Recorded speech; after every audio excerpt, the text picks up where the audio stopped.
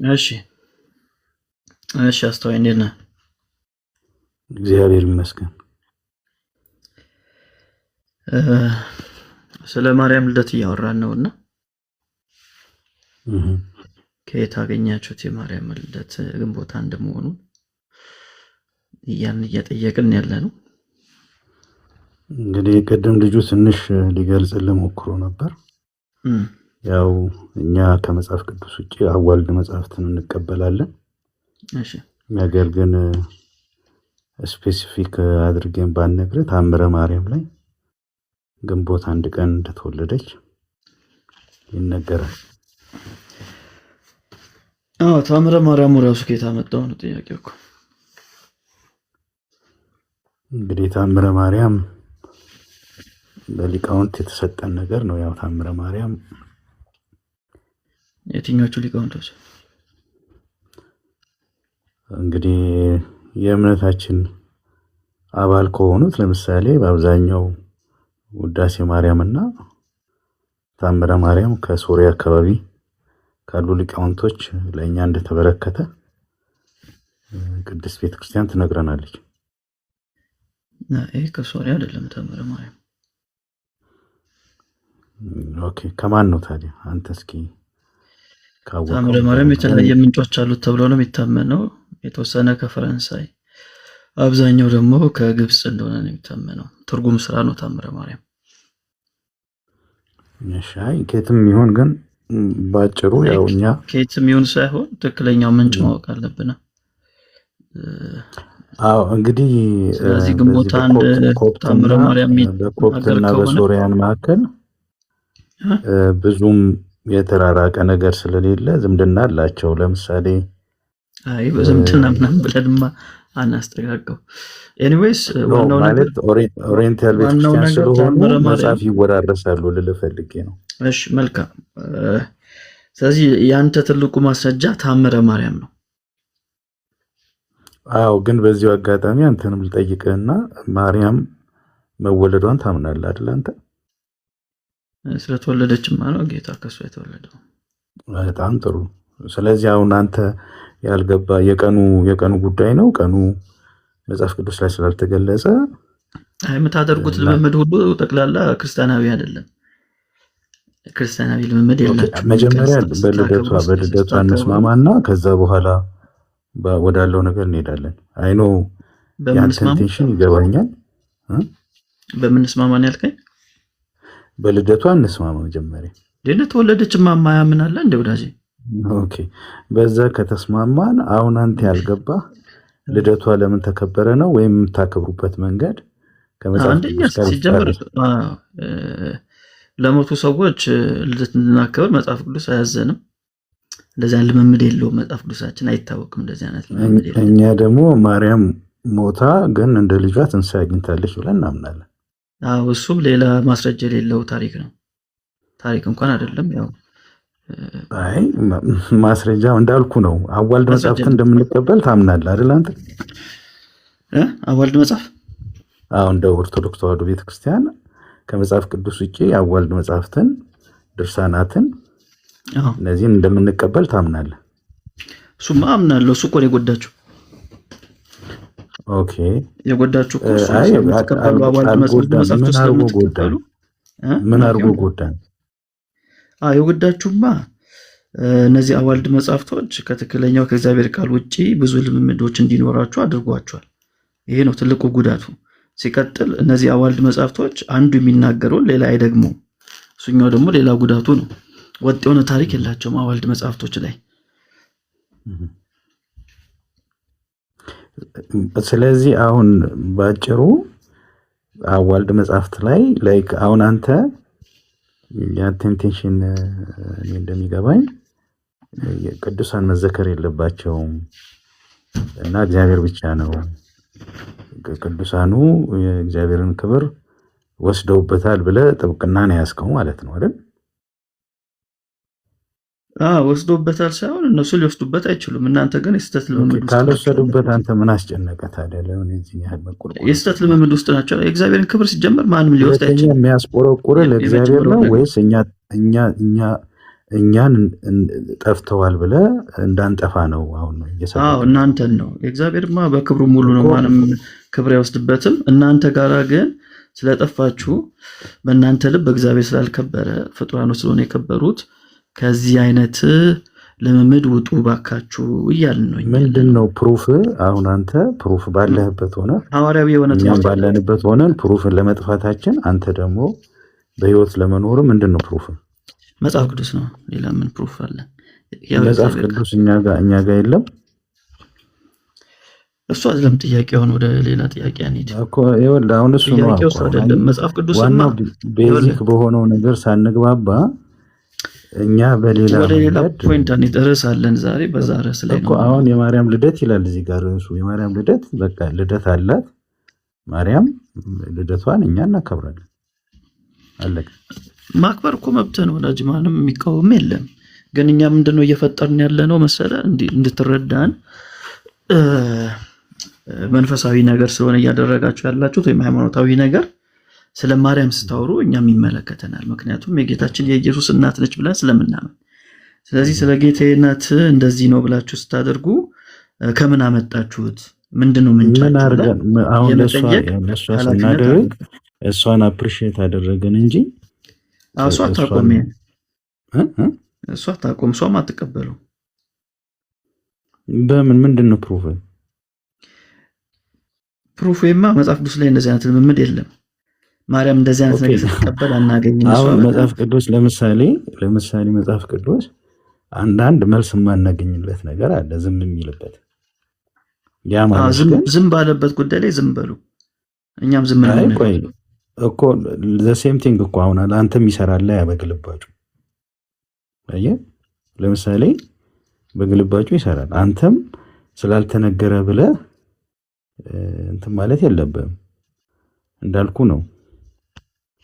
እኛ ደግሞ እንቀበላለን። እንዳልኩ ነው አትበለኛው። ለምሳሌ ቅድም ምን ብለኸኛል? ማርያም እንደተነሳች እናምናለን አልከኝ ከሙታን። አዎ አይደል? ይህን ታሪክ ያገኘው ከየት ነው? ከመጽሐፍ ቅዱስ አይደለም።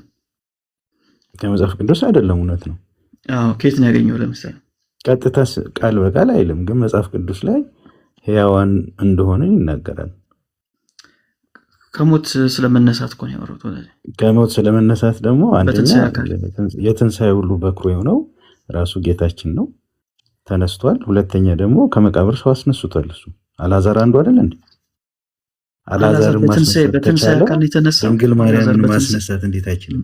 በትንሣኤ አካል ነው የተነሳው አልዓዛር። ምን አልከኝ? በትንሣኤ አካል ነው የተነሳው፣ በከበረ ስጋ።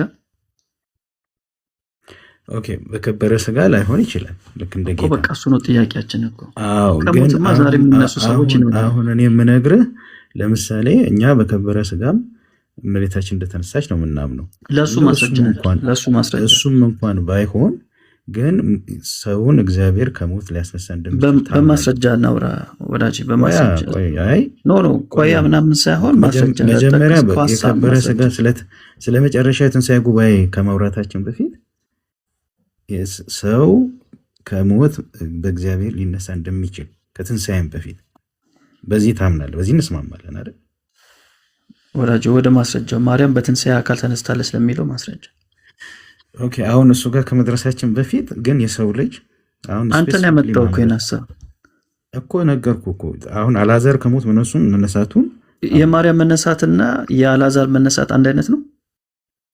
ኦኬ፣ ለእኛ አይደለም። መጀመሪያ ግን በቃ አንድ አይነት ካልሆነ ለሱ ማስረጃ ነገር። አይ ከሞት ግን ሰው መነሳቱን ካመንክልኝ ቀጥሎ እመቤታችን እንደ ልጇ ትንሣኤ ማግኘቷል፣ ከዛ እናወራለን። ወዳጅ የአልዓዛር ታሪክ እኮ የኛ መጽሐፍ ቅዱሳችን ላይ አለ፣ ተጽፏል። ዮሐንስ ወንጌል ምዕራፍ 11። ይሄ ከሆነ አሁን እሱን እኮ እናውቃለን። እሱ ግድ የለም፣ ሊያጣላን አይችልም። እመቤታችን ያጣላል፣ በጣም ያጣላል። ይህ ወንጌል የሆነ ትምህርታችሁ ነው። ማርያም ልክ እንደ ኢየሱስ ክርስቶስ ተነስታለች እያላችሁ የምትናገሩት ነገር ሐዋርያቶች ያላስተማሩት ከሐዋርያቶች ትምህርት ተቃራኒ የቆመ ተነስታለች ስንል ልጇ አስነስቷታል ነው ብለን ምናምነው እንጂ እሷ በራሷ ኃይል በራሷ ስልጣን ተነስታለች አይደለም። ማስረጃውን ነገርኩ እኮ። አዋልድ መጽሐፍት አልኩ እኮ። የትኛው አዋልድ መጽሐፍ? ብዙ አዋልድ መጽሐፍት ነው ያሉት። አንዱ ታምረ ማርያም ነው። ታምረ ማርያም ምዕራፍ ስንት ወይም ታምር ስንት?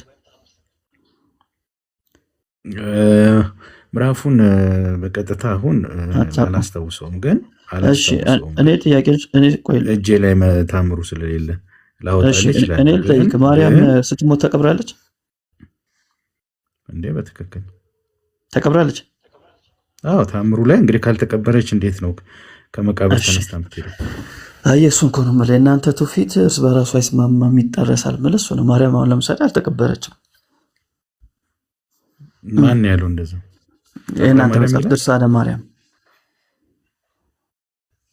አይ እኛ አንደኛ ማወቅ ያለብን አይማ ማለት መሰለህ ድርሳነ ማርያም ላይ ማርያም አልተቀበረችም ይላል።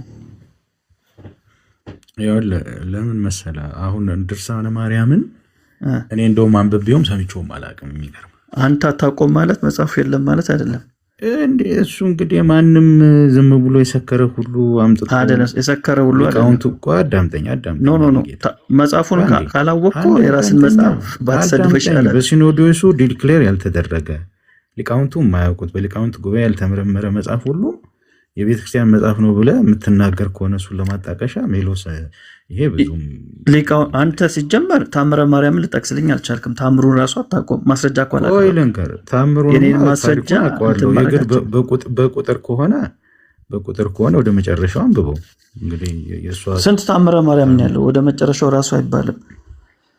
ገባ? የተለያየ ታምር ያለው መጽሐፍ አለ። ስንተኛው ታምር ላይ ነው ያለው? የትኛው ማተሚያ ቤት ይታተማል? ይህን ሁሉ ማየት አለብን እንጂ ወደ መጨረሻው አካባቢ አይባልም። እንትን አስመሰልክ እኮ ዋናው በሜን ኮንሰፕቱ እንስማማና እኮ ሜን ኮንሰፕቱን እየጠየቁ ማርያም ተቀብራለች አልተቀበረችም ወይ አልኩ። ተቀብራለች እኮ አንተ ታውቀዋለህ እኮ ለቀባሪው ያረዱት እኮ ነው። ምኑን ነው የማውቀው? አታውቀውም ታሪኩን? ይህን ታሪክ የትኛው ታሪክ? ሐዋርያቱ እንደቀበሯት ከዛ በኋላ ቶማስ ደግሞ እሷ ስታርቅ እንደተገናኛት እሱ ታሪክ የተባባ ታሪክ ነው። እሱ በራሱ ይጣላል። ግን ታሪኩን ታውቀዋለህ አይደል? ስለማውቀው እኮ ነው እየነገርኩህ ያለሁት። ኦኬ። ከዛ በኋላ እንዳረገች እሱ መቀነቱን ለፕሩፍ ባምጣና ሰጣች። ስንት ጊዜ ነው ማርያም ያደረገችው? የፈለሰችው ስጋዋ ስንት ጊዜ ነው የፈለሰው? አንዴ ነው። አንዴ አይደለም። እና ስንቴ ነው ስጋዋ የፈለሰው? አንዴ ነው። አንዴ ነው። እርግጠኛ እንግዲህ ይሄን አለው ቤተክርስቲያኒቱን የማያውቁት ይሄን ነው ወገኖች፣ ልብ በሉ። ይሄን አንደኛ የማያውቀውን መጽሐፍ ማንም ሰካራም የጻፈው መጽሐፍ አለ ድርሳነ ማርያም ብሎ ሲጠቅስለት ሜላ ሶሪ ይቅርታ ስለገባ ድርሳነ ማርያም በሰካራም ሰው በሊቃውንት ጉባኤ ተመረመረ። ሲኖዶሱ ሚዩት አድርገው። እሺ አንደኛ መጽሐፉ ሳያውቀው ነው። እሺ ካልሆነ ታቸው ፈተፈታለሁ ማለት ነው። ሚዩት አድርገው። ኦኬ ቴንክ ዩ። አንተ ራሱ እየቃዠ የምታወራው መጽሐፉን የቤተክርስቲያን መጽሐፍትን ማን እንደጻፈው መቼ እንደተጻፈ ሊቃውንት መርምሮታል አልመረመረውም በማን ፍቃድ ነው የታተመው ብሎ የሚለው መጽሐፉን እንኳን አታውቀውም። ራሱ ከለሩ ምን አይነት ይሁን ስንት ገጽ እንዳለው በግዕዝና በአማርኛ ነው የተጻፈው ተአማኒነቱ ምን ያህል ነው አታውቀውም። ዝም ብለህ አንተው ራሱ ጠጥተህ ሰክረህ መጥተህ የቤተክርስቲያኒቱን መጽሐፍት ማንም ሰካራም በጻፈው አልክ። በእርግጥ እውነት ነው ብዙ አብዛኞቹ መጽሐፍቶች በሰካራም ደብተራዎች የተጻፈ መጽሐፍ እንደሆነ ያው ታውቃለህ ማለት ነው። ግን ልብ በሉ አንደኛ መጽሐፉን ሳያውቀው ነው መጽሐፉን ለማጣጣል ሄደው ድርሳነ ማርያም እንደ ታምረ ማርያም ታማኝነት ያለው በኢትዮጵያ ኦርቶዶክስ ታሪክሳት እምነትና ስርዓት በቤተክርስቲያኒቱ ማተሚያ ቤት የታተመ በቤተክርስቲያኒቱ ሊቃውንት የታየ በማህበረ ቅዱሳን የተዘጋጀ በሰንበት ትምህርት ቤቶች ማደራጃና መምሪያ ክፍል የተዘጋጀ ነው። ይሄ ሰው አሁንና ሌሎች መሰሎች አያውቁም መጽሐፍታቸውን። ማርያም ስንቴ ነው ከሙታን የተነሳችው ወለሱ ያለ አያውቁም። የኢትዮጵያ ኦርቶዶክስ ታሪክሳት በዚህ ጉዳይ ላይ ምን እንደምታስተምር ማለት ነው። ያው ንፍሮ በየትውልድ ምን ያውቃል ማለት ነው። ዝም ብሎ ጩኸት ብቻ እንደሚያውቅ ሆኖ ደግሞ እዚህ ይከራከራል። ያውም ከቤተክርስቲያን መምህር ጋር ነው የሚያወራው ከሜሎስ ጋር ማለት ነው። እና አንዳንዴ ሲጋታ አድርገህ ሲጠየቁ አይ ይሄንን አላውቀውም የምታውቀው ነገር ካለ ንገረኝ በለው። በጥጦ ይነግራል ስለ ኦርቶዶክስ ተዋሕዶ ቤተክርስቲያን ታሪኳ፣ መጽሐፏ ምን እንደሚል፣ የማርያም መነሳት እውነት ነው እውነት አይደለም፣ ምንጩ ከየት ነው አይደለም፣ ስንት መጽሐፍ ተጻፈ፣ በዛ መጽሐፍ ላይ ያለው ተአማኝነት ምን ያህል ነው አይደለም። ከአንተ ይልቅ ቤተሰብን አሰልፎ ሊያስተምር የሚችል ሰው ነው። እንደሚያውቅ ሰው ግን አክት ስታርጉ በጣም ነው የሚደብረው። ኦኬ እዚህ የምታውቁትን ታሳውቁናላችሁ፣ እኛም ደግሞ የምናውቀው እናሳውቃችኋለን። ስታሳውቁን ግን በመረጃ ይሁን፣ እኛም ስናሳውቃችሁ በመረጃ ነው ማለት ነው። እሺ እና ቴንኪው። ሜላ ቀጥሉ። ሶሪ በማለት ብሬክ ስለገባሁባችሁ። እሺ ችግር የለውም። ዳኒ እስቲ በትልቁ አድርገኝ እንዴ።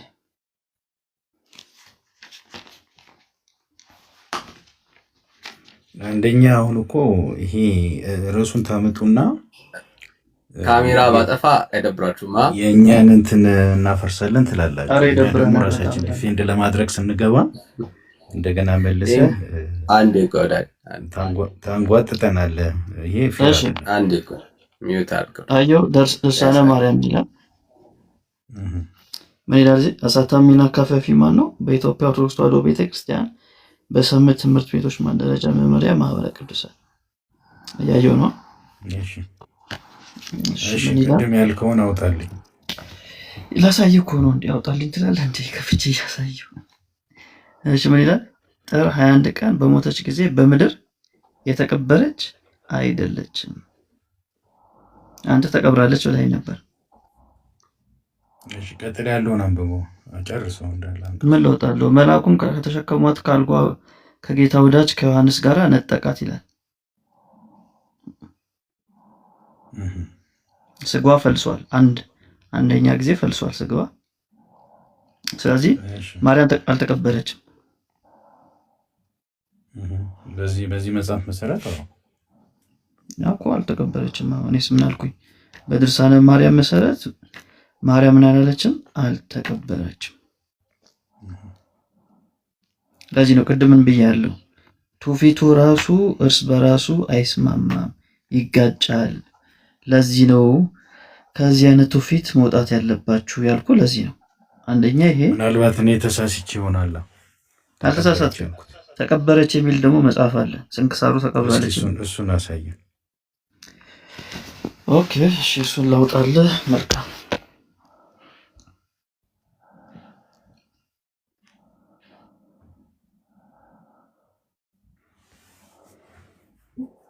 የስንክሳሩን ሜላ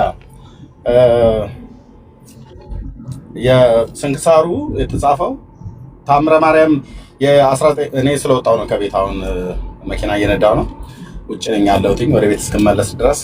ታምረ ማርያም የ1985 ዓመተ ምህረቱ ካለህ ታምር 7 ላይ አለ ይሄ ቃል ማለት ነው። ስለተቀበረች ምድርን ያመጧት ማነው? ምድር ታወጣ ዘንድ መላእክት እግዚአብሔር ያዝሻል ብለው አሏት። መጥተው ለምድር ብለው የእመቤታችንን ስጋ ታመጭ ዘንድ ያዝሻል እግዚአብሔር ብለው መጥተው እግዚአብሔር በመላእክት በኩል ልኮ መላእክት መጥተው ለምድር ነግረዋት ከምድር እንደወጣች ታምረ ማርያም ታምር 7 ላይ ይናገራል ማለት ነው። እሱን ካጣው እዚሁ ድርሳነ ማርያም ላይ ቶማስና ማርያም የተገናኙበት ከህንድ ሀገር ከስብከተ ወንጌል ሲመለስ ተብሎ የተባለበት ተረታቸው ላይ እሱ ጋር ሐዋርያቱ መቃብር ይዘው ሲቆፍሩ ነበር ይላል። ምክንያቱም ስለቀበሯት ማለት ነው። የት ነው ያኖራችኋት? የት ነው የቀበራችኋት ብለው ሲላቸው ቶማስ የእመቤታችንን መቃብር ታይ ዘንድ ና ብለውት ይዘውት ሄደው ሲቆፍሩ አጧት ይላል። እና እሱም ሁለቱም ላይ ድርሳነ ማርያም ላይ አሁን ያነበብከው ክፍል ላይ አልተቀበረችም ይላል። ወደ መጨረሻው ደግሞ ከቶማስ ጋር ተገናኛለችበት ደግሞ ተቀበረች ይላል። ኦርቶዶክሳዊነት ማለት ባቢሎናዊነት ማለት ነው። ስለ አንድ ታሪክ ስለ ጌታ እናት ማርያም ተቀበረች አልተቀበረችም፣ እንዲህ አይነት ጽሑፍ ነው ያለው። ከፈለከ ስንክሳሩን ማንበብላቸው። ቴንኪዩ። እሺ ታምረ ማርያምን ስለላስኩት ነው ስቱዲዮ ስለሆነ እስኪ በአጭሩ እንግባባና አሁን የስንክሳሩን ቅዳሴ ይችላል። አንዴ እየከፈትኩት ነው ያለሁት። አይ ችግር የለውም። እንትናም ኤርሚም አብራራው እኮ ችግር የለውም። እሱ ቢጣረስም ችግር ግን አንድ ነገር ነው። ችግር የለውም እኮ ችግር አለው። ቢጣረስም ችግር የለውም። እንዴት? አይ ኖ ማለቴ ግድ የለም። አሁን እሱ ጋር ከሄድን ማለት አንድ ነገር ወደ ሌላ ክርክር ነው። ግን ቤዚክ የሆነ ጥያቄ ልጠይቅ አንተ። ይሄ ችግር የለውም ይባላል። ሰው ሲሞት ተፋልሶ ነው። አዳምጠኝ። አይ መጀመሪያ በኤማ ንግባባ እየተጋጨም ችግር የለው የሚጋጭ እኔ የፈለግከው ማስረጃ ብታመጣ እኔ ከአቋሚ እሱ መብት እኮ ነው፣ መብት ነው። እንዴ ማስረጃ እየቀረበልህ አልቀበልም ማለት መብት ነው። ማንም ያስገድድ ማለት ነው። በዛው ልክ ደግሞ እሱማ እያመጣው እያሳየው ነው። ኦኬ አሁን አሮ ነው እንግዲህ ከፈቀድክ ግን ጥያቄ ልጠይቅ።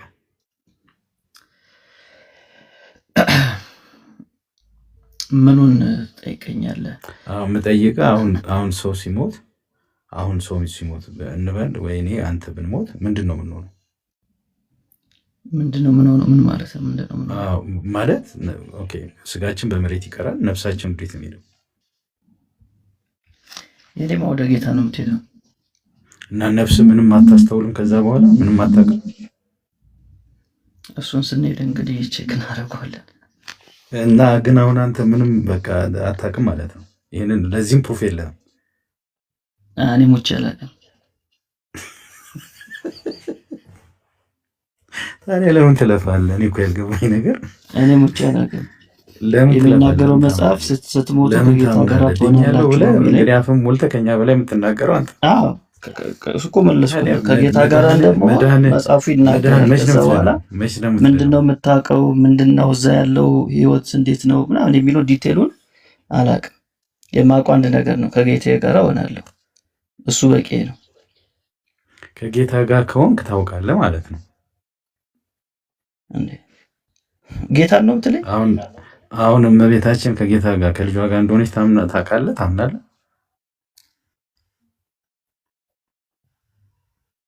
ቅዱሳኑ ሁሉ ከጌታ ጋር ናቸው። በቃ ከሆኑ በቃ በዛ ላይ በአራት ነጥብ ብንዘጋው አይደሉም ያለ ሰው አለ። ማን አይደሉም ማለት ይመስላል። አሁን እኛ እንደሆኑ ስላመንን ነው በዚህ ምንዘክራቸው እናስታውሳቸው። አይ መጽሐፍ አያዝም እንደዛ እንድትዘክር መጽሐፍ ወርሺፕ እኮ አላደረግናቸውም። ወርሺፕ ታደርጋላችሁ፣ እሱንም በማስረጃ አስታውስናቸው። አይ ወርሺፕ ታደርጋችኋለሁ፣ ማርያምና መስቀሉን ታመልካላችሁ። አናረግም። ያው አሁን ለሰው ላሳይ እሱን ማሳያለሁ እንዲህ እየከፈትኩ ችግር የለውም። ስለ መስቀሉም ካነሳን ይሄን ማስረጃውን ለሚያይ ሰው ክብር ነው የምንሰጠው እንጂ ቆይ አንዴ ማስረጃውን ላሳይ። ሌላም ኦርቶዶክሳዊ እያየ ስለሆነ እንዳንተ የተሳሳተ ሰው ቢያንስ ማስረጃ አይቶ የሚያምናል። አንተ አላምንም አልከኝ ማስረጃ የምታመጣ። እኔ ግን ለሚያምን ሰው ላሳይ። ስንክሳር ነው የማሳያችሁ። ስንክሳር ነው እናንተ ማስረዳት የምትፈልጉት ወላጅ። ሲጀመር ኮንቴክስት ለማለት መጽሐፉን ማወቅ አለብን። መጽሐፉንም ማሳየን እኔ። እሺ ምን ይላል መሰላችሁ? ስንክሳር ጥር 21 ላይ የሚነበው እንደዚህ ይላል። በቀበሯትም ጊዜ ምን ባሏት? በቀበሯትም ጊዜ ከዚያ 3 ቀን ኖሩ። እረፍቷም የሆነው እሑድ ቀን በጥር ወር በ21 ቀን በዚች ቀን ነበር። ጌታችን ብርሃናውያን መላእክትን ላከ። እነርሱም ስጋዋን ከመቃብር ወስደው በገነት ውስጥ በዕፀ ሕይወት ስር አኖሯት። ስንክሳር ምን ይላል? ተቀብራለች። ድርሳነ ማርያም ምን ይላል? አልተቀበረችም፣ ሳትቀበር ነው ስጋዋ ወደ ገነት የፈለሰው ይለናል። ትልቅ ተፋልሶ። ይሄ ብቻ አይደለም፣ በጣም ብዙ ፍልሰተ ማርያምን በተመለከተ በጣም ብዙ ተፋልሶችን ማውጣት እንችላለን ማለት ነው። ማውጣት እንችላለን ከራሷ ከኢትዮጵያ ኦርቶዶክስ ተዋሕዶ ቤተክርስቲያን አሉኝ ከምትላቸው መጽሐፍቶች ማለት ነው። ስለዚህ ታሪኩ እርስ በራሱ ይጋጫል፣ ወጥ የሆነ የታሪክ ፍሰት የለውም። ስለዚህ መጀመሪያ እኛን መታችሁ የማርያምን ትንሣኤ እመኑ ከማለታችሁ በፊት ትክክለኛ የሆነ ወጥ የሆነ ታሪክ ሊኖራችሁ ያስፈልጋል፣ በጣም ያስፈልጋል። ከፈለክ ሌላም ልጨምርልህ እችላለሁ። አሁን ያለ ኦርቶዶክስ አለ እናንተ ያለ አለ ማለት አንተ እኮ ነው ያነሳልኝ። የትንሣኤ የማርያምን ትንሣኤ እናምናለን አልክ። እኛ እናምናለን ያልኩት እናንተን አላልኩኝ እኮ። የምታምኑት ልክ አይደለም ነው እኔ ደግሞ ያልካለሁ። ታሪካችሁ ራሱ እርስ በራሱ ይጋጫል። አሁን እኮ ልክ ነን። ታሪኩ እርስ በርስ ቢጋጭም ባይጋጭም አንድ ግን እናንተ የተስማማንበት ነገር አለ። ቢጋጭም ባይጋጭም ይባላል ከጌታ ጋር እንደሚሆን ታምናለህ አንተ። ችግር የለውም። በስጋውም ባይሆን በነፍሱ ግን ከጌታ ጋር ነው አይደል? ወዳጄ በቃ እሱ ጋር ከተግባባን ሌላ ቦታ ላይ አንተ ምን አደከመ? በጣም ነው የሚያደክመኝ። በዚህ የሐሰት ትምህርት የተያዘ ብዙ ነፍሳት ስላለ እሱን ነው የምናሳየው ማለት ነው። አንተ እኮ ራስ ታሪክን አታውቅም፣ እኔ ነኝ እየነገርኩህ ያለሁት። እሱ ግድ የለም። አሁን የኔ እውቀቴ በእርግጥ ከአንተ ሊያጠር ይችላል፣ በመረጃ አቅርቦት ደረጃ እያሳየው ነው። ስለዚህ ሊያጠር ይችላል። ዳዝሚ ልክ ያ ማለት ግን እኔ ህይወት ከሆነው ዘላለማዊ ከሆነው ነገር ጋር ግን አያጣላኝም። ህይወት የሆነው ነገሩ ምንድን ነው? ህይወት የሆነውን እስቲ ንገረኝ። ህይወት የሆነው ማንም ሰው ይሆናል ሞቶ እንደማይቀር የዘላለም ህይወት እንደሚኖረው በነፍሱም በስጋውም መጽሐፍ ቅዱስ ይናገራል። አሁንም ይሁንም በኋላም ይሁን እንደውም ሳይሞት ደግሞ በሙሉ በህይወቱ ያለ አለ አይደል? መጽሐፍ ቅዱስ ይናገራል። ሄኖክና ኤልያስ አሁን እነዚህ ምሳሌዎች ናቸው። አንተ አሁን እግዚአብሔር ያንን አያደርግም ብለህ ነው እየተከራከርክ ያለኸው ወይም ደግሞ ስላልተጻፈ እባካችሁ እንደዚህ አይነት ነገር አታምጡ ነው? እንደዛ ከሆነ በአዳም ልኮ ውስጥ ናቸው ነው ብለን ነው እኛ የምናምነው። እኛ በአዳም ልኮ ውስጥ ናቸው ያላችሁት። እግዚአብሔር አሁን የእመቤታችን ልደት የእመቤታችን ቆይ አዳምጠኛ እንዴ ግንቦት አንድ ቀን ተወለደች ብሎ ግንቦት አንድ ቀን ተወለደች ብሎ ልደቷን ማክበር እንኳን ተወለድሽ ብሎ ማክበር ከምን በአዳም ልኮ ጋር ምን ያገናኘዋል? ንፍሯችሁ ምንድን ነው? የጌታ እናት አይደለች? ንፍሯችሁ ምንድን ነው? ማርያም ስትወለድ በንፍሮ የምታከብሩት ለምንድን ነው? እሱ በቂጣ የሚያከብር አለ። በምን ልደት አንተ ለልጅ አክብር አታውቅም? አንተ ልደት ተከብሮ አያውቅም? ማርያም የኔ ልጅ አይደለችም። ልደት ላይ ኬክ አይቆረስም? ኬክ ለምን ታዲያ ማትቆርሰው? ለማርያም ለምን ንፍሮ ያደረኩ? የሚቆርሱ አለው ባይዘው የሚቆርሱ በእውነት ከትውፊቱ ጋር ትጋጭ ወዳጄ።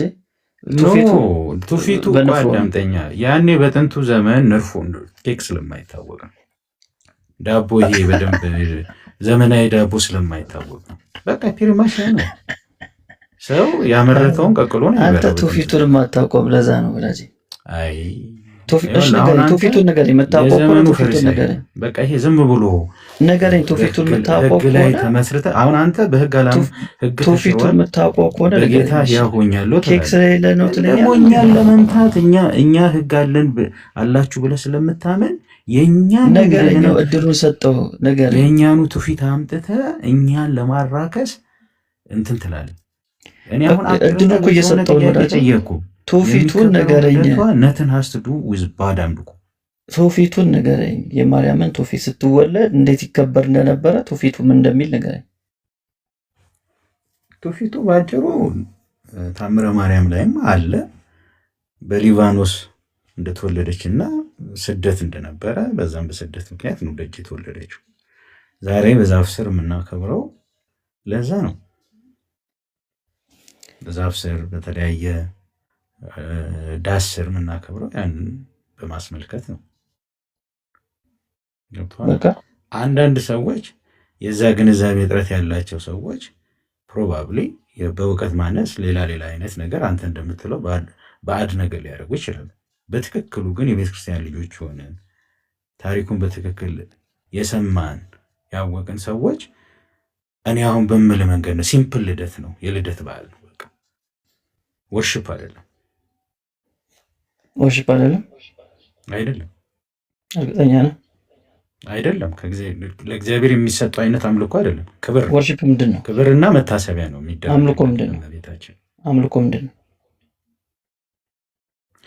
አምልኮ እንግዲህ በፍጹም ልብህ በፍጹም ነፍስህ እግዚአብሔርን አምላክ እንደሆነ ከሱ ውጭ አምላክ እንደሌለ ማመንና ያንን በቃ በመስገድ በመንበርከክ እግዚአብሔርን ብቻ በህሊና በማሰብ የምታደርገው ነው።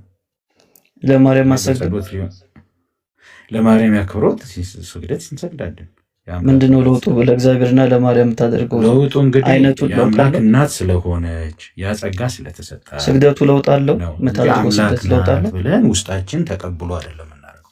በውጭ የምታሳየው ነገር አንድ ነው። ጌታ አምላክ ነው ብለን ነው የምንሰግድለት ወዳጅ። በውጭ የምታሳየው የስግደት አይነቱ አንድ ነው አይደል? እና አይደለም ለአምላክ እናት አንተ ለሰው ዝቅ ብለህ ሰላምታ አትሰጥም እንዴ? ስለ ስግደት ነው፣ ስለ ሰላምታ አይደለም። ለጓደኛ አልሰግድም እኔ። ኦኬ እንግዲህ በጥንት ዘመን ሰዎች አሁን ለንጉስ ይሰግዳሉ፣ በመጽሐፍ ቅዱስም ተጽፏል። እነሱ ስለሰገዱ ልክ ናቸው ማለት አይደለም። ለምሳሌ ሎጥ ለመላእክቱ ሰግዷል ይላል ዘፍጥረት 19:1 እና አንተ ተገልጦልን እየሰገድክ ያለው ሎጥ ተሳስቷል። አንተ ተገልጦልን እየሰገድክ ያለው እኔ እኮ አክብሬያት ነው የምሰግዳት። የት አግኝታት ነው የምሰግደው? የት አግኝታት? በመንፈስ ነው። ማን ነው በመንፈስ ለማርያም ሲሰግድ ያየው ከመጽሐፍ ቅዱስ? እንግዲህ እኔ እንደምረዳው ምን መሰለ የተሰጠውን እንግዲህ በስሜ ጻድቃኑን የተቀበለ የጻድቃኑን በረከት ያገኛል ይላል መጽሐፍ። ስለ ስግደት ነው። ይሄ ማለት ለምሳሌ ኤልያስ ሲሄድ ለኤልሳ በረከት ትቶለት ነው ይለው። ስለ ስግደት እንደዛው እኛ የዚህ የአምልኮት ነገር አንተ አሁን እንደ ማተር ነው የምታየው። ይሄ ቀጥታ በቁስ እዚሁ እየተያየ ወላጅ በመንፈስ ለማርያም የሰገደ ሰው ነገርን ምን አልከኝ? ለማርያም በመንፈስ የሰገደላት ወይም ደግሞ በመንፈስ እንድንሰግድላት የታዘዘ መመሪያ ካለን እሱን በመንፈስ መስገድ ማለት ስግደቱን የአክብሮት እንደሆነ እንስማማ። ጀመረ በዛ ትስማማለህ? አልስማማም። የለም እንደዛ የሚል ነገር ለማርያም እንደዚህ ሰጋዱላት የሚል የለም። እሺ አሁን ድንግል ማርያምን አንተ ብጽዕት የምትላት በምንድን ነው? ወላጅ ስለ ስግደት ነው እያወራሁት ያለሁት እኮ። ኦኬ ስለዚህ የለም ማስረጃ የለም። ማስረጃ በአፍ ብቻ ነው የምትላት አንተ? አዎ በአፌ ነው። ሌላ በምን ይልበል? በቃ እኔ ደግሞ ብጽዕት ስላት ዝቅ ብዬ ተንበርክኬ እላታለሁ። ማን አለ? ማን እንደዛ በላለ? ሉቃስ ብሎሃል? አንተን ብጽዕት በአፍ ብቻ በላት ያለ አለ መጽሐፉ እሱ ብቻ ነው ያለው። ብጽዕት የሚባለው ታዲያ ከአፍ ውጭ ሌላ በምንድን ነው የምትለው? ትውልድ ሁሉ ብጽዕት ይሉኛል ብላለች ወይ? ሌላ በምን ሰው ሁሉ በአፉ ብጽዕት ይሉኛል አለች። በአፉ ነው የሚለው። ብጽዕት የሚለው በአፉ ነው። መቼ በጆሮ አይልም፣ በአፍንጫው አይልም። እንዴ ፖይንቱ ምንድነው መሰለህ? የሆነ ቅናት ነገር ይመስላል። አሁን ቅናት ነገር ይመስላል። እግዚአብሔር ያከበረውን ብታከብር ትከበራለህ። አሁን ስገዱ የሚል ማስረጃ አለ። በተረፈ ደርሶ ለእግዚአብሔር ተቆርቋሪ መሆን ስገዱ የሚል ማስረጃ የለም። ስለምንድን ነው ማስረጃ ያለሽ? ንገረን። አሁን እኮ ስለ ሁሉም ነገር ማስረጃ የለም። ማስረጃውን እኮ ነገርኩ እኮ ባጭሩ። ስገዱ የሚል አልጠቀስክልኝም። ባጭሩ ነገርኩ እኮ ስገዱ የሚል ለሱ አልኩ። ለተራ ሰው እኮ ለነገስታት ይሰገድ አይደል እንዴ ወላጄ? ስገዱ የሚል ለማርያም ትእዛዝ ለነገስታት ምን በኢትዮጵያ እንደውም ታሪክ በጣም ይታወቃል እንዴ? ለንጉስ ኦኬ ያንተ ማስረጃ የሆኑ ኢትዮጵያኖች ያደረጉ ስግደት ነው።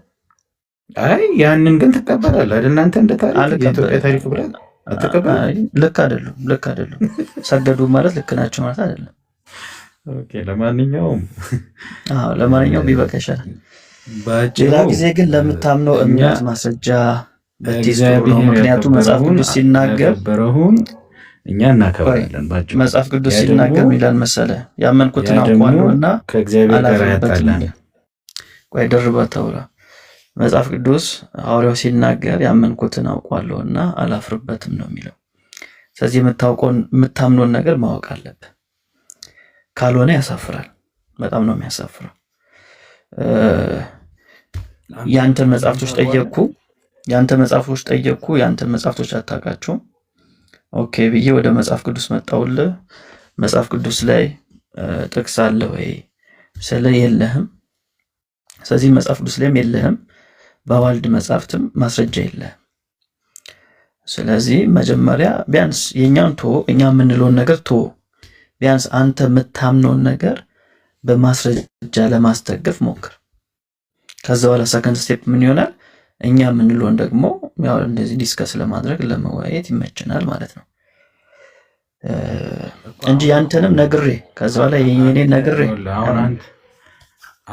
አሁን አንተ የምትፈልገው በክርክር ዊን ማድረግ ነው። እኔ ደግሞ ይኸውልህ ከዛ ዲፕ አልፌ ነው ነገሮችን የምረዳው። ለምሳሌ አንተ እኔ ነገርኩህ እኮ አንተ ባመጣኸው ማስረጃ የራሴም ነገር ሆኖ የማቅረብ ድክመት ሊኖርብኝ ይችላል። ግን አንተው ባቀረብከው ነገር ዙሮ ተነጥቃም ትወሰድ ከመቃብርም ትፍለስ፣ ግን እመቤታችን ከልጇ ጋር መሆኗን እናምናለን እኛ። በቃ ባጭሩ የመጨረሻው ግቡ እኮ እንደሱ ነው የሚሻለው። እንኳን ብዬ አምናለሁ፣ በጣም አምናለሁ ይሻላል። ከልጇ ጋር መኖሯን አንተም እኮ አምናለሁ አልከኝ። እኔም አምናለሁ በትንሣኤ አካል ነው አለች። በቃ የመጨረሻ ግቡ እሱ ነው። በሱ እንግባ። አይደለም የመጨረሻ ግቡ አይደለም እሱ አይደለም። ለምን እንደሆነ ታውቃለህ? ምንድን ነው የመጨረሻ ግቡ? በዓመት ስማኝ፣ እናንተ በዓመት አንዴ ከነሐሴ 1 እስከ ነሐሴ 16 ድረስ ስለዚህ ጾም ይዛችሁ ሱባኤ ይዛችሁ ትጾማላችሁ ለትንሣኤዋ አይደል? እሱ መታሰቢያ ነው ነው አይደለም? ነው አይደለም? ለማግኘት ነው ነው አይደል? እናደርጋለን። አሁን እንዴ ኦፍ ኮርስ በጣም ጥሩ። ስለዚህ የምታደርጉት ነገር የሐሰት ነው፣ የሐሰት ልምምድ ነው። አንተ ማድረግ ስላልቻለ ለማጾም አንተ ይኸውልህ፣ ሲጀመር ማርያም የሞተችው መቼ በምን ወር ነው? በጥር። የተቀበረችው መቼ ነው? በነሐሴ ይባላል። 7 ወር ሙሉ የት ነበረች? ለምን አልተቀበረች? እንግዲህ ያ ደግሞ ተነጥቃ ሄዳለች የሚለው አንዱ ደግሞ ሊያስኬድ ይችላል። የስ ኦፍ ኮርስ አለ እንደዛ የሚል አለ። ባይ ዘ ዌይ እኔ አሁን እናንተ መጽሐፍ አንተ ሆን ብለህ ተዘጋጅተህ ስለመጣ ይሄ መጽሐፉን እያጣቀስክ ወደዚያ ለማማታት አይ እኔ ተዘጋጅቼ ሳይሆን ኖሬበት ያንንም ሊቃውንት ይተነትናሉ። በእውነት ነው የሚተነትኑትንም አውቀዋለሁ። ምንም አዲስ ነገር የለውም። ምንድን ነው እስኪ ንገረን አንተ። የሚተነትኑትንም አውቀዋለሁ። ምንድን ነው መሰለህ ወዳጅ፣ እኔ ቢያንስ ቤተክርስቲያኒቷ ውስጥ ስለኖርኩ የሚባለውን አውቃለሁ። ዝም ብዬ አልነበረም ስመላለስ የነበረው። እንግዲህ ለምን አሁን እኔን ማስቆጥተውና ታሪኩ አንደኛ ሴንስ አይሰጥም። ጥር ላይ ሙታ ነሐሴ 14 ተቀበረች ነው። በእውነት በዚህ አጋጣሚ አስረዳን አንተ። በጥር የአንተን እምነት እኔ ለምንድን ነው የማስረዳ? ለምን ሆነ? ለምንድን ነው እኔ የማስረዳው ወዳጄ? እኔ ጤናማ የሆነውን የእግዚአብሔርን ቃል ነው የምናገረው። ግን የቤተክርስቲያኒቷን ትምህርት እናውቃለን ብሎ የሚመጡ ሰዎች ካሉ አሁን በማስረጃ አወራቸዋለሁ እኮ። ቤተክርስቲያኒቷ የሰጠችውን ያዋልድን መጽሐፍ ከአንተ በላይ አውቃለሁ ብለኸኝ ካወክ ደግሞ እንዲህ ብለው አሁን ለምሳሌ ኤርሚያስ ብዙ ጊዜ እንደዛ ይተነትንና መጨረሻ ላይ ፉርሽ የሆነበት እዚህ ጋር ነው ብሎ ሊያሳይ ይሞክራል። አሁን አንተ ምንድነው መሰለ ዲፕ አትገባም። ከላይ ያለውን ነገር ትይዝና ከዛ በኋላ በቃ አንተ ትላለህ። እኔ ደግሞ ባንተው የመጨረሻ ግባቱ ላይ እኔ እናንተ እንደተግባባን ነገርኩ። እምቢ ትላለህ። አይ አልተግባባንም። አንተ 2 ሳምንት ሙሉ ማርያም ተነስታለች በስጋ እያልክ ትጾማለህ። which is different ከኛ different approach ውስጥ ነው ያለው። ሲቀጥል የጾም ሐዋርያቶቹ ጾሙ ብላችሁ ነው እናንተ የምታምኑት። ሐዋርያቶቹ የጾሙት ራሱ አይደል? ሐዋርያቶቹ አይደል የጾሙት? ሐዋርያቶቹ የጾሙት በስንተኛው ቀን ነው? እንዴት በስንተኛው ቀን ማለት? ማርያም ከሞተች በስንተኛው ቀን ነው ተገለጭልን ብሎ የጾሙት? እኔ እንግዲህ በ3ኛው ቀን ይሁን ወሬቨር እሱን ስፔሲፊክሊ አላውቀውም። እሷ ከሞተች ከዓመት በኋላ ቆይቶ ነው የጾሙት። 1 ዓመት ሙሉ ምን ነበር ሲሰሩ የነበሩት? ዓመት እንኳን አይመስለኝም። ዓመት ነው አይመስልም? አይደለም። ወንቱኑ እንደዛ በጥር ሆኖ በነሐሴ ከሆነ እንዴት ሆኖ ነው ዓመት የሚሆነው? የትኛው ነሐሴ እንደሆነ ራሱ በደንብ አታውቀውም ታሪኩ። መጽሐፎችን በደንብ ዓመተ ምሕረት እምነትን ማጥናቱ ጥሩ ነው። ስለዚህ ዓመተ ምሕረቱ በአንደኛው ክፍለ ዘመን ያው የሚሆነው እንደዛ ነው። በአንደኛው ክፍለ ዘመን ዓመተ ምሕረቱ በአንደኛው ክፍለ ዘመን የማርያም ትንሣኤ የሚባል ነገር አይታወቅም እኮ። ታዲያ አሁን ያልገባኝ ነገር 1 ዓመት ኬት አመጣው አንተ? የቤተክርስቲያን መጽሐፍ ነው የሚለው ያለው። 1 ዓመት ይላል። የት ጋር ደግሞ እሱን ያሳየን። እኔ መርመር እፈልጋለሁ። ከ1 ዓመት በኋላ የ7 ወሩ ይሄ 7 ወር የሚለው ቀረ። የቱ 7 ወር ነው ምናምን የቱ 7 ወር? ለምሳሌ ከጥር እስከ ነሐሴ ድረስ 7 ወር ነው። እሱኛውማ ከገነት አምጥቶ ኢየሱስ ክርስቶስ ስጋዋን ሰጥቶ የቀበሯት እሷን። ከዛ በኋላ ስትነሳ ደግሞ አላየኋትም አይደል? 12ቱ አይደለም አይተዋታል። እሳቸው የጸለዩትና የጾሙት ማናቸው? እሳቸው ሐዋርያቱ። እሺ ትንሣኤዋን እንዲያሳያቸው ነው እንጂ እኮ እሱን እኮ ነው የምልህ። ቶማስ ከነገራቸው በላይ በኋላ አይመስለኝም። እሱን እኮ ነው እያልኩ ያለሁት። ማርያም ስጋዋ ፈለሰ ከሞተች በኋላ ወደ ገነት ከፈለሰ በኋላ 7 ወር ቆየ። ነሐሴ ላይ ሰጣቸው ስጋዋን። ከዛ ስጋዋን ቀበሩት። ከዛ በሶስተኛው ቀን ማርያም ተነሳች፣ አረገች። ስታርግ በደመና ማን ያገኛታል? ቶማስ ያገኛታል። ቶማስ ያገኛትና ራሱን ሊገል ሲል ራስ ላይ መጥፎ ነገር እንዳታደርግ አንተ ብቻ ነው ያየኸኝ፣ ሌሎቹ አላዩኝም ትለዋለች። ከዛ ቶማስ ከመጣ በኋላ የሚላለው ራሱን ሊያጠፋ ከደመና ላይ አታውቅም ታሪክ። ይሄ በታምረ ማርያም ያለ ነው ወይስ በድርሳነ ማርያም ነው የምትለኝ? ይሄ ድርሳነ ማርያም ላይ ተመዝግቦ እናገኛለን። ታምረ ማርያም ላይ ሊኖር ይችላል። ይሄ ድርሳነ ማርያም ላይ እንደዛ አይልም። ድርሳነ ማርያም ነው ያላየው፣ አልሰማውም። እኔ ታምረ ማርያሙን ነው የማውቀው። ከዛ በኋላ ይመጣና ቶማስ ለሐዋርያቶቹ ይጠይቃቸዋል። የእመቤታችን ነገር እንዴት ሆነ ይላቸዋል። ከዛ እነሱ እሷማ ቀበርናት ይሉታል። ከዛ በኋላ እሱ ነው እንደውም እንትን የሚለው እንዴት በነሐሴ መቃብር ሞት እንዴት በጥር ይሆናል ብሎ ይጠይቃቸዋል። ከዛ ጴጥሮስ አንተ ሁልጊዜ ተጠራጣሪ ነህ አታምንም ብሎ እና እናሳየህ የት እንደቀበርናት ብሎ ይወስደዋል ማለት ነው ቶማስን። ከዛ ወደ ሲከፍቱት ባዶ ነው። ከዛ እናንተ አታምኑኝም ብዬ ነው እንጂ እመቤታችን ከሞት ተነስታ አርጋለች፣ ለዛ ማስረጃ ይሆን ዘንድ ሰበኗን ሰጥታኛለች ብሎ ያሳያቸዋል። ከዛ በኋላ እነሱ ለቶማስ ተገልጠች ለእኛ ለምንድን ያልተገለጥሽልን ብለው በዓመቱ ጾም ጸሎት ያዙ፣ ሱባዔ ገቡ። ይህ ነው ታሪኩ። አስቀድስ አታውቅም እንዴ? ፍልሰታ ጾምን 2 ሳምንት የሚነበቡ ውዳሴ ማርያም ትርጓሜና ቅዳሴ ማርያም ትርጓሜ ነው። ይህን ከልጅነታችን ጀምሮ ስንሰሙ ያደግነው ታሪክ ነው እና ታሪኩ ይሄ ነው። ይሄ ብቻ አይደለም። የቶማስ እጅ ራሱ አንዱ ወደ ዓመት እንዴት ሄደ እንዳልሞተ ራሱ ይናገራል። ይህን ታሪክ ስታውቃለህ? ዞሮ ታሪክ የተጠናቀቀው ነሐሴ ላይ ስለሆነ ወደ ዓመት እንዴት ሄደ? እንዴት ዓመት አልከው ማለት ነው? ነሐሴ 1 ነው ጾም የጀመሩት እኮ ነሐሴ 1 ይጀምሩ እንጂ ግን ታሪኩ ኤኒዌይስ የተጠናቀቀው ነሐሴ ወራ ላይ ነው አይደል? በዓመቱ ማለት ነው። ኦኬ። ስለዚህ በዓመቱ ማለት አንዱንም ጥር አልፎት በዛኛው ነሐሴ ከዓመት ከ7 ወር በኋላ ማለት ነው ነው አይደለም? እሷ የተቀበረችው ነሐሴ 14 ነው። እሺ ከዛስ? ከዛ እነሱ በዓመቱ ጾም ሱባዔ የሞተችው ቆይ ከዚህ ከሞተችበት እንነሳ። ጥር ላይ ጥር 21 ከዛን ቆጥረን 7 ወር ከሆነ በኋላ ነሐሴ ላይ ተቀበረች። ነሐሴ 14 ተቀበረች። ከዛ በኋላስ? ከዛ በኋላ እነሱ በዓመቱ ነሐሴ ላይ ሱባዔ ገቡ። እንደገና በዓመቱ ነሐሴ ላይ እንደገና አይባልም እኮ በዚህኛው ነሐሴ ጾም ጸሎት አልያዙ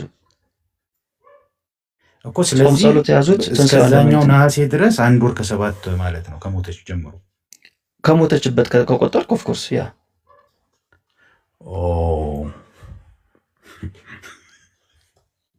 ተሰቃላ። በጣም የሚገርም ነው። አይ በልጣችሁናል እኛን ታሪክ በዚህ ደረጃ።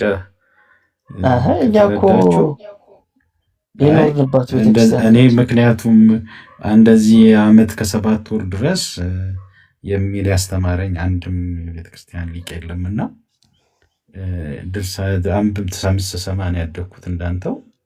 ግን ኔቨር ሲን ዚስ ማለት ጊዜ ቀመሩን በዚህ መልኩ አስረድቶ ዓመት ከ7 ወር ድረስ ከሞተችበት የሚለውን እኔ አላየሁም። ግን ኤኒዌይስ ዞሮ አሁን አንተን ኮንሰርን የሚያደርግህ አታክብሩ ነው አይደል? እውነት ስላልሆነ ታሪክ ለምን ታከብራላችሁ ነው? እሺ በቃ በልዩነት እንለፈው። እኛ እናክብር፣ እናንተም ተቃውሙ። በዛ እንዝጋው ይሄን ጉዳይ። አዎ መዝጋት እንችላለን። ከአንተ ጋር ከሌላ ሰው ጋር በጣም ጥሩ። ከኔ የተሻለ ደግሞ ከመጣ እሱ አንድም ነገር ልንገርህ፣ ከዚሁ ከታሪክ ጋር በተገናኘ ከቶማስ ጋር በተገናኘ ማለት ነው። የቶማስ አንድ እጁ እስካሁን ድረስ በሕይወት አለ የሚባለውን ሰምተህ ታውቃለህ? እኔ እሱንም አላውቅም። እሱንም አታውቅም? እሱ ቃል ኪዳን ገብታለታለች እና አንድ እጁ ጌታ እስከሚመጣ ድረስ አይበሰብስም።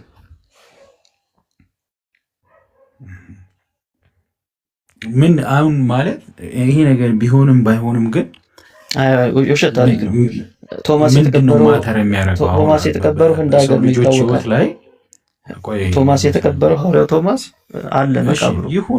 አንድ እጁ ባይሆንም ማተር ነው። ቢሆንም ባይሆንም አትበል ወዳጅ። ቅድም ሳሳይ የሚጋጩ ነገሮች ቢጋጭም ባይጋጭም ችግር የለውም አልከኝ። ለምን መሰለህ? አሁን እኮ ችግሩ የምናወራው እኮ ስለ እምነት ነው።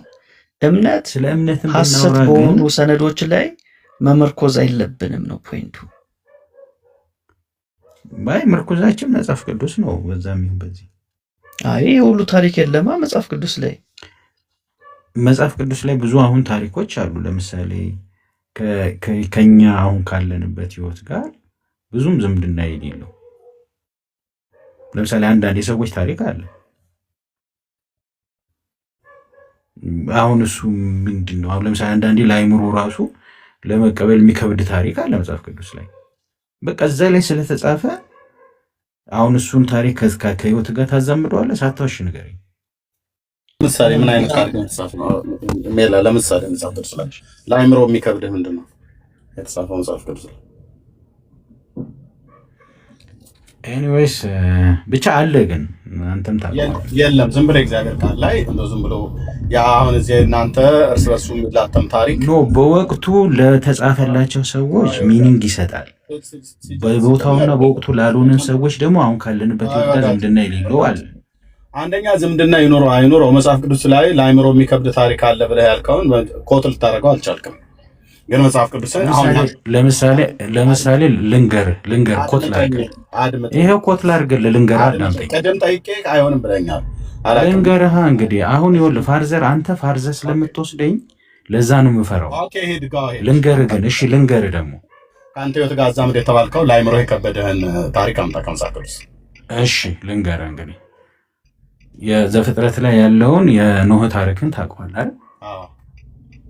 እሺ ኖህ ምን ሆነ? ገበሬ መሆን ጀመረ፣ ወይንንም ተከለ ይላል። ወይኑም በደረሰ ጊዜ ከወይኑ የወይን ጠጅን ሰራ። ከዛ ያንንም ከወሰደ በኋላ ሰከረተኛ ወደ ልጁ ሰከረተኛ መጨረሻ ላይ የአባቱን ራቁትነት ሄዶ ታናሽ ልጅ የተባለው ካም ሄዶ ነገራቸው። ሴምና ያፌትም ይቅርታ ወደኋላ የኋሊት ሄደው የአባታቸውን ራቁትነት አለበሱ ይላል። ኖህም ከስካሩ በነቃ ጊዜ ከነአንን ረገመው ነው የሚለው፣ ካምን አይደለም። በአባት ዳፋ ለምንድን ነው ልጅ የሚደፋው? እስኪ እንመልስልኝ። አልገባኝም። እየሰማችሁ ነው? በአባት ዳፋ ልጅ ለምን እንደሚደፋ ግጥም መግጠሚያ ነው። ምንድን ነው የተፈጠረው? ከአንተ ህይወት ጋር አዛምድ ተብለህ የተባልከው በኖህና በልጆቹ ቤተሰብ መካከል በተፈጠረው ነገር በአባት ዳፋ ልጁ ተደፋ። ግጥም መግጠሚያ ነው ወይስ ምንድን ነው? ምንድነው ከአንተ ህይወት ጋር አገናኘው ተብሎ አልገናኝ ብሎ ያለ ከአይምሮ የከበደ ነገር ነው። በቃ እሱን እኮ ነው ይኸው ጠየቅኩ እኮ። ምን አገናኝ? ጥፋት አጠፋን ከተባለ ካም ነው። ቆይ ከአንተ ህይወት ጋር የተረገመው ከነአን ነው። ኦኬ ካም አይደለም የተረገመው እያልከን ነው? ቀጥታ ግን ከነአንን ነው መጽሐፍ ቅዱስ ወርድ ባይ ወርድ ስፔስ እንትን የሚገልጸው። ከነአን ማለት ነው የካም ልጅ ነው። የበኩር ልጅ ነው። ስንተኛ ልጁ ነው? አራተኛ ልጁ።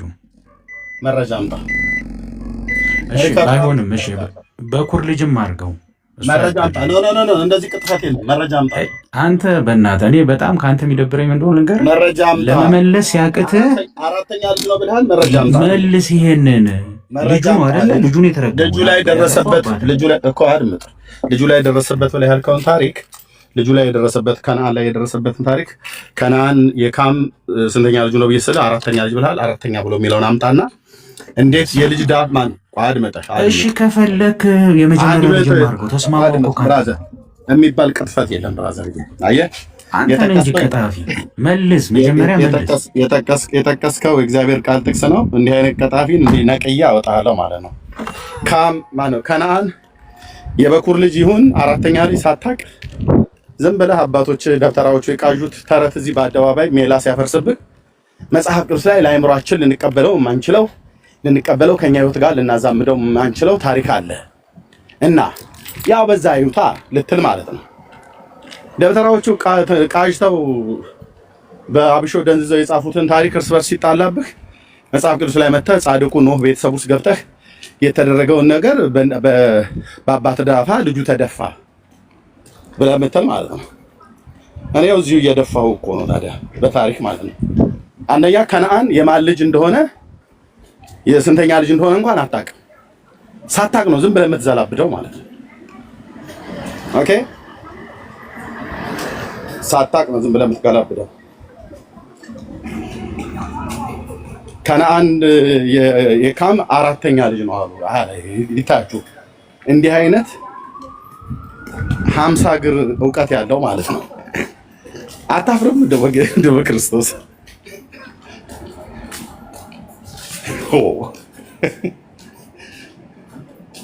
ቆይ አንዴ መንገድ ላይ እየሄድኩ ስለሆነ አሳያቸዋለሁ። ከነዓን የካም ስንተኛ ልጁ እንደሆነ ማለት ነው።